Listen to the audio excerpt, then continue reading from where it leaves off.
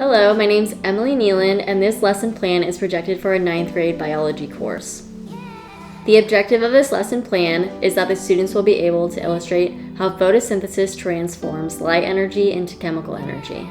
I will be recording this video in the event of a student missing class that particular day and needing to catch up.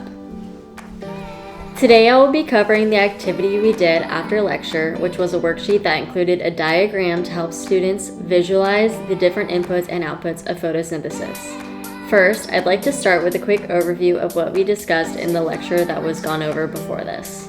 Using the application Pear Deck, we went over the basics of photosynthesis that the students should have gone over in middle school. Just a little refresher. Photosynthesis can be defined as the process by which plants and some other organisms use sunlight to synthesize foods from carbon dioxide and water. Photosynthesis in plants generally involves the green pigment chlorophyll and generates oxygen as a byproduct. Again, the students learn this in middle school, or they should have, so they should have some general understanding of what photosynthesis is. The Common Core standard for life sciences that we will be covering in this section of high school biology is HSLS 1-5, which states, use a model to illustrate how photosynthesis transforms light energy into stored chemical energy. So, as a brief summary, this lecture on Pear Deck discussed the inputs of photosynthesis, which are carbon dioxide, water, and energy from the sun, and the outputs of photosynthesis, which are glucose and oxygen. These inputs and outputs are also reflected in the equation for photosynthesis, which is 6 CO2 plus 6 H2O plus energy, which comes from the sun, which transforms into C6H12O6, which is glucose, plus 6O2, which is oxygen. All of this chemical reaction happens in the chloroplast of the plant cell. Now let's visualize this using the worksheet we went over in class. Before starting the activity, make sure you have the proper materials. For this activity, you will need tape or glue, colored pencils or markers, and scissors. The directions for this activity state, use the diagram and vocabulary from the word bank to fill in blanks A through H and 1 through 2. Not all of the terms in the word bank are used. Although the students did this in class during a 20-minute period, I'm going to do it with you for the purpose of this video. To start, color each of the parts of the diagram as you wish, preferably all different colors so you can visualize each part easily.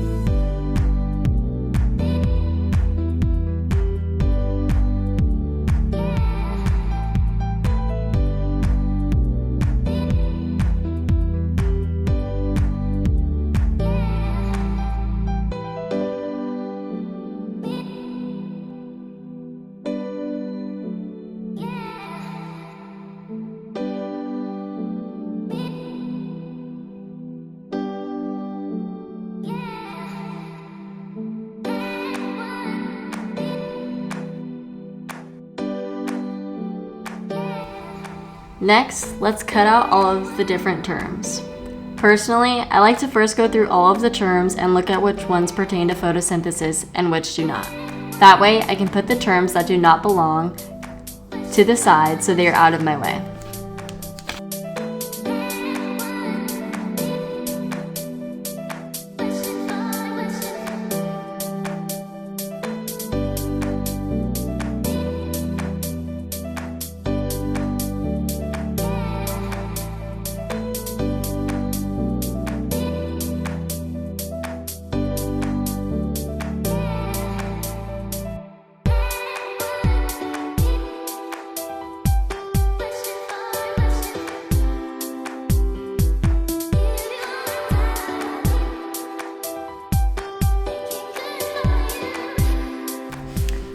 Alright, so as I stated before, I like to go through the terms before I start putting them on the diagram to go through and see which ones actually pertain to photosynthesis.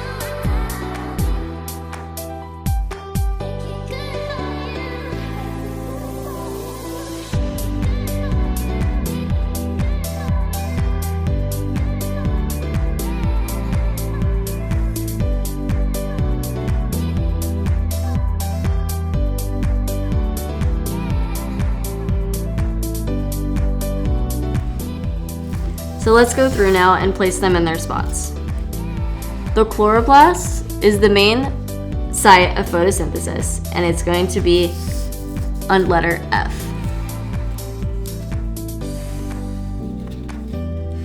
The Calvin cycle.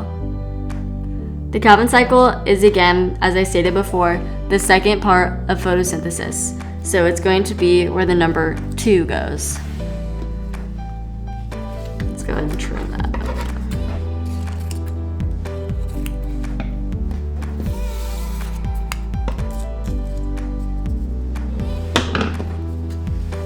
Carbon dioxide. Carbon dioxide goes in the second part of photosynthesis, and it starts the Calvin cycle. So it goes on letter C. Light-dependent reaction. Light-dependent reaction is the very first part of photosynthesis.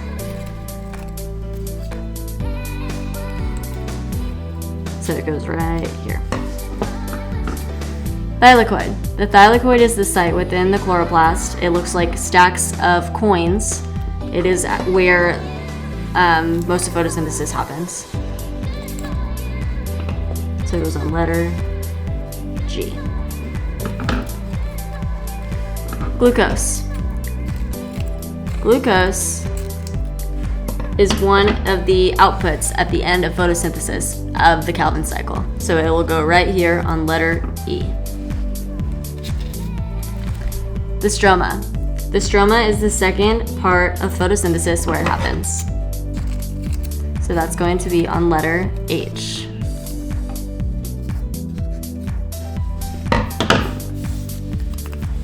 Oxygen. Oxygen is one of the main outputs of photosynthesis in the light-dependent reactions.